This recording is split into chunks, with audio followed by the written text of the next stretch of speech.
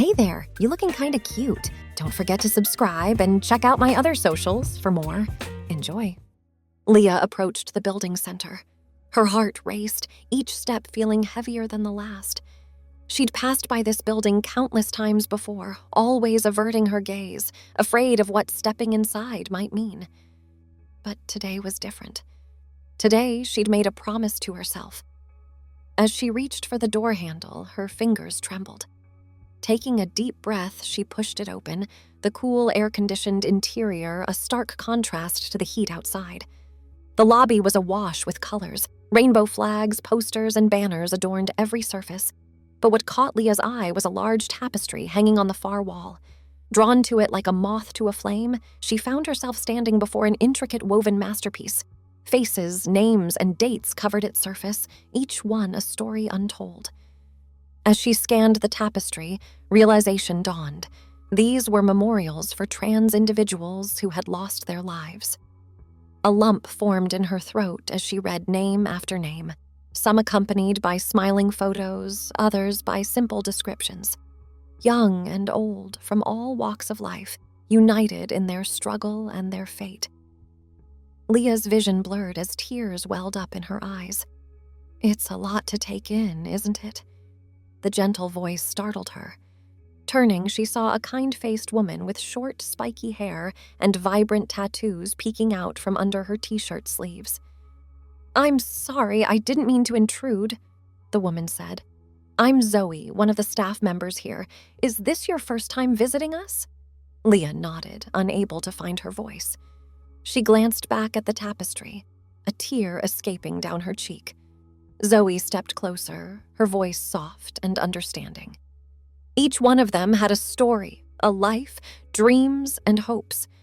We honor their memory by living our truth and fighting for a world where no one else has to join this tapestry. It's overwhelming, Leah managed to whisper. It can be, Zoe agreed. But it's also a reminder of how far we've come and how far we still need to go. Would you like to talk about what brought you here today? Leah hesitated, her gaze shifting between Zoe and the tapestry. The faces looked back at her, seeming to encourage her. With a shaky breath, she nodded. I think I might be trans, she said, her voice barely audible. Zoe's smile was warm and reassuring. That's a big realization. How are you feeling about it? Scared, Leah admitted. Confused, but also relieved. Like I've finally put a name to something I've felt my whole life. Those are all very normal feelings, Zoe assured her. Would you like to sit down? We have a quiet room where we can talk more privately if you'd prefer. Leah nodded, grateful for the offer. As they walked, she cast one last glance at the tapestry, feeling a connection to those faces she couldn't quite explain.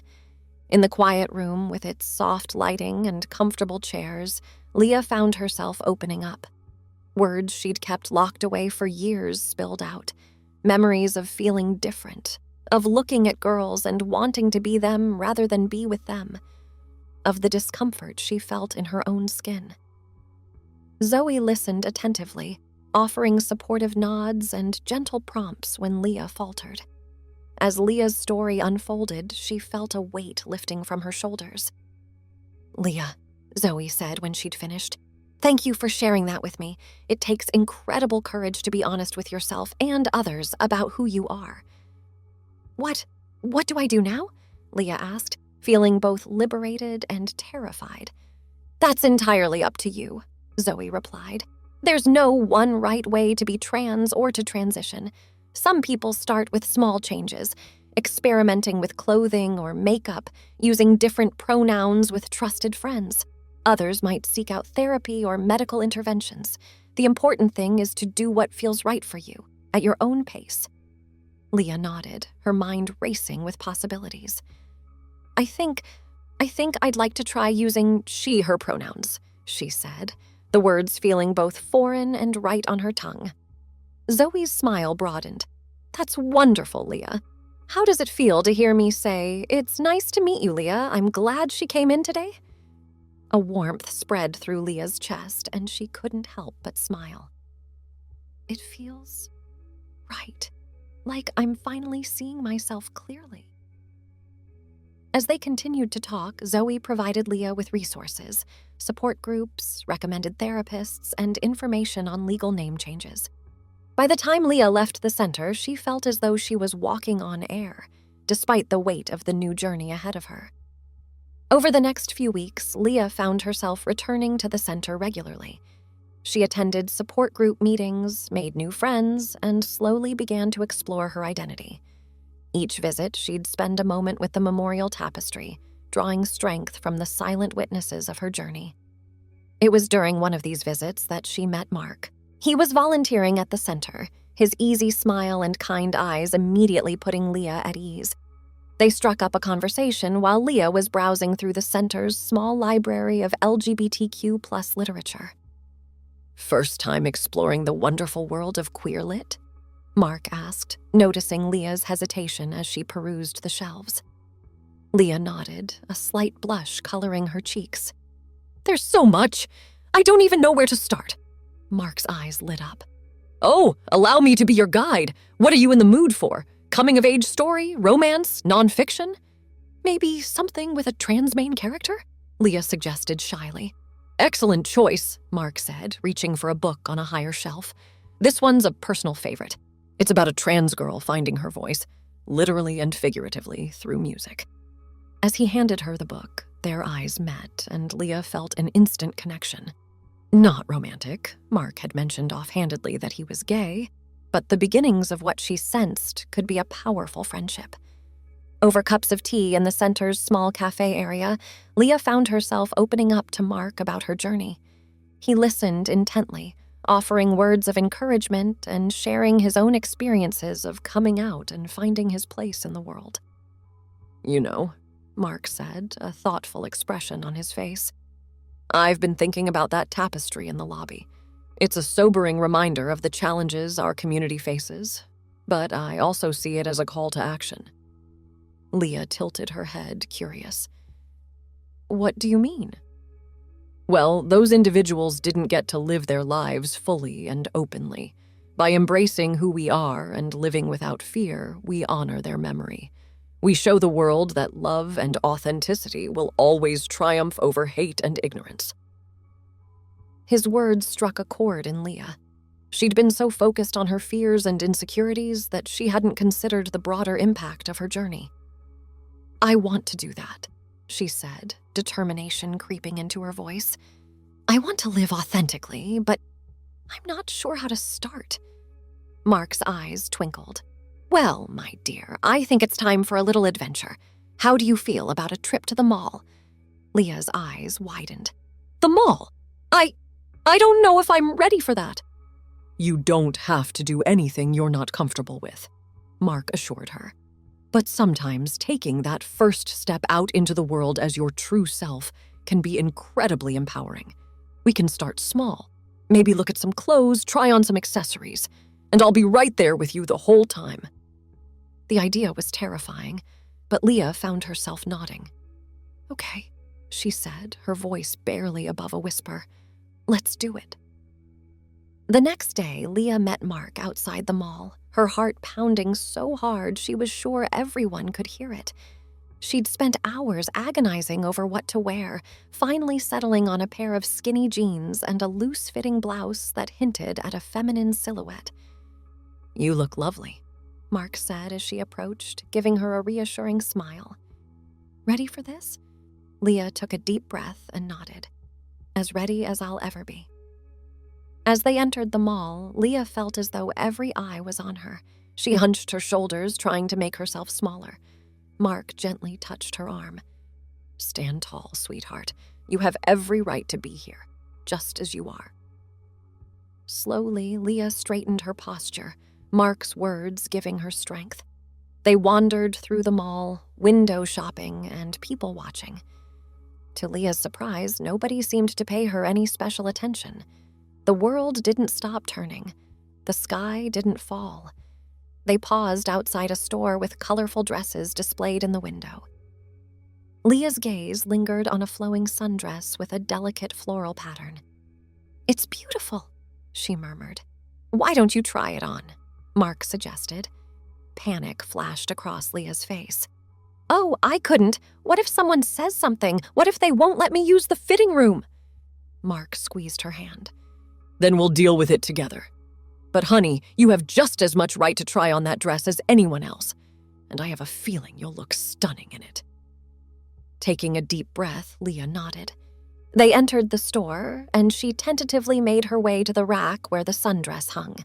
As she reached for it, a sales associate approached. Can I help you find anything?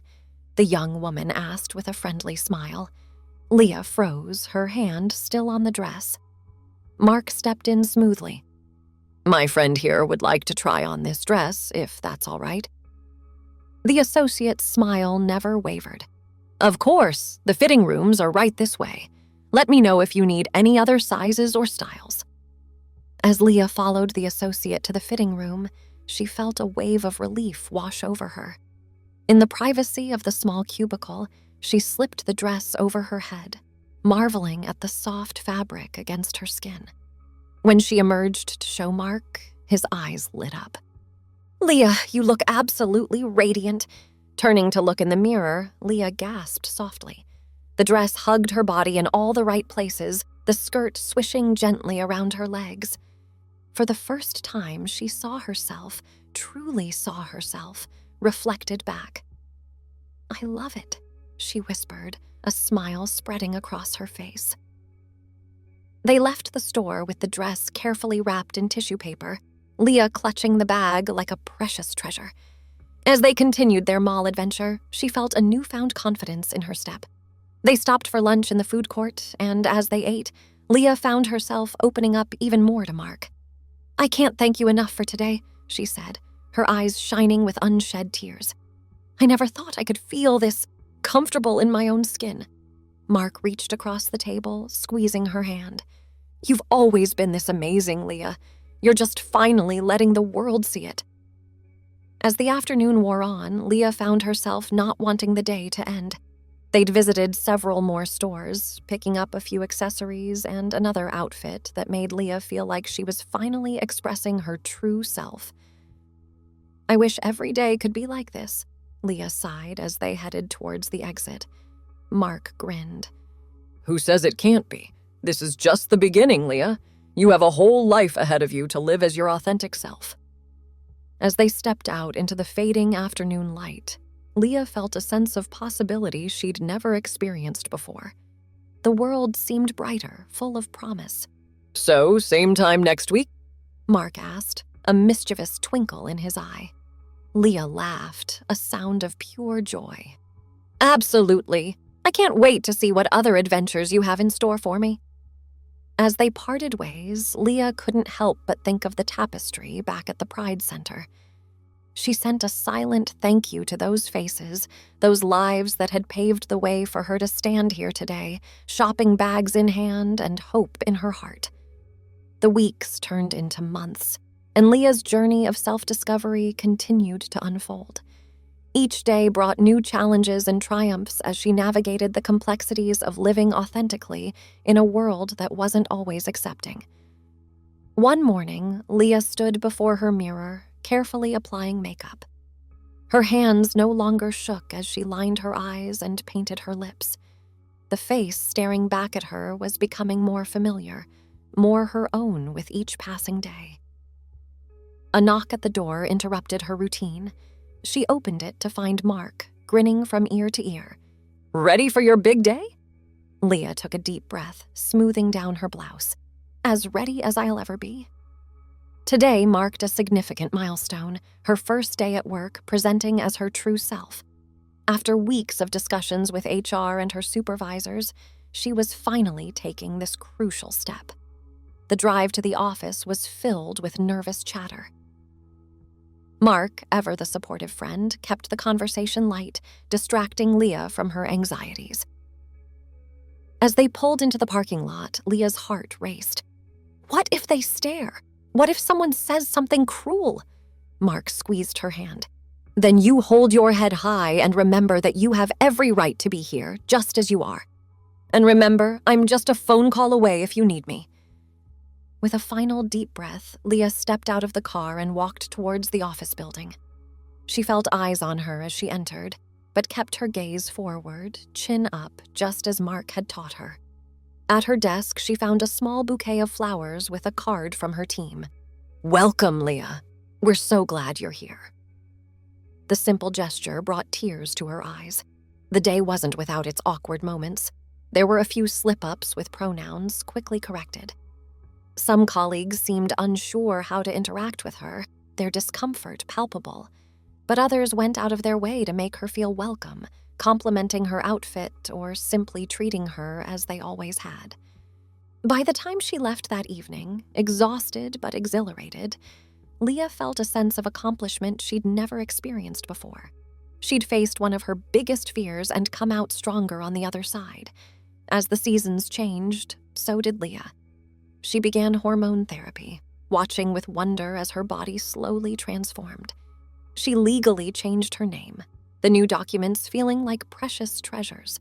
She even started dating, nervously navigating the world of romance from a new perspective. But life wasn't always smooth sailing.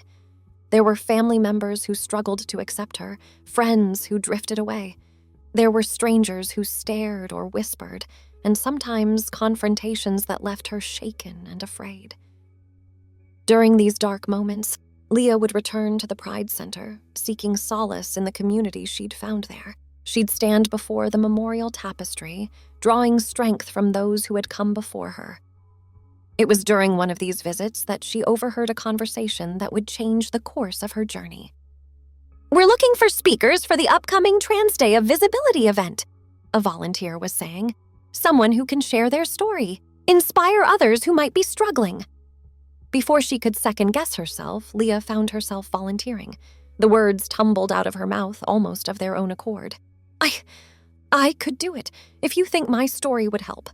The volunteer's face lit up. "That would be wonderful. Let's set up a time to discuss the details."